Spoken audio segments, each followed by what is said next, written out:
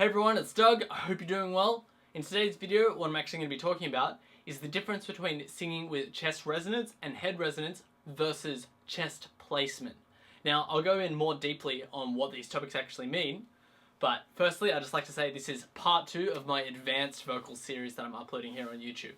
So, let's get started.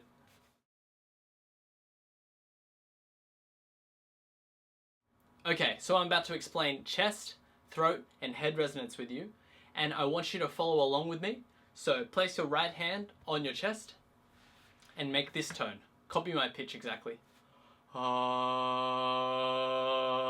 That's chest resonance. And when I say chest resonance, what I mean is it vibrates down here and onto your hand. That's why we place the hand there. Okay, so let's do it again. Now let's move the pitch up and it's going to resonate into the throat. You'll feel it slide up. If you place a finger onto the throat, you'll feel that vibrating a lot more than it was before. And now finally, we'll take it up even higher to resonate in the head.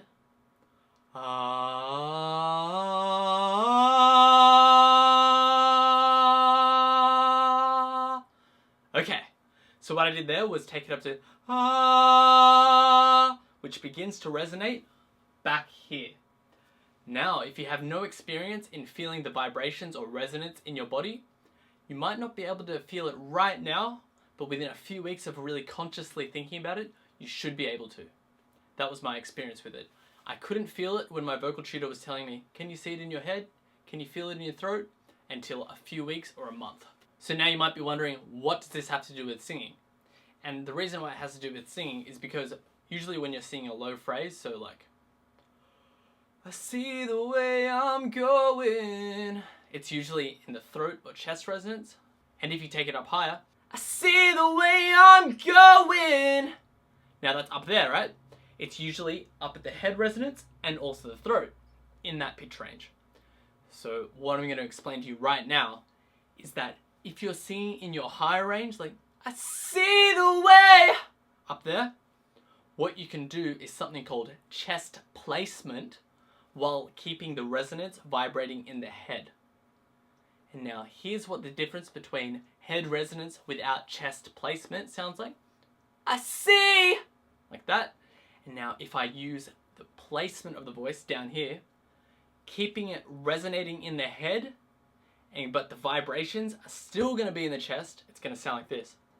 I see the way. It's a big difference. Listen, this is without the chest placement. I see. This is with the chest placement. Ooh, I see. There's a big, big difference. I've actually talked about this in a video before, but I thought I'd just go very in depth. So, there's definitely a difference between resonance and placement. I understand that if you haven't heard these terms before, it might be a bit confusing for you, but let me just try and simplify it.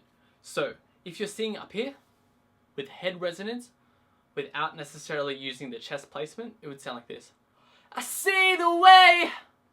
And now, if I use a bit of placement of the chest, so go like this. Ooh, ooh. And bring some of the vibrations back from the chest. Ooh. And sing the high head resonance note while keeping some of the vibrations from the chest. It should do this. I see! You hear the difference? Head resonance without chest placement. I see! Head resonance with chest placement. I see! It's a big difference.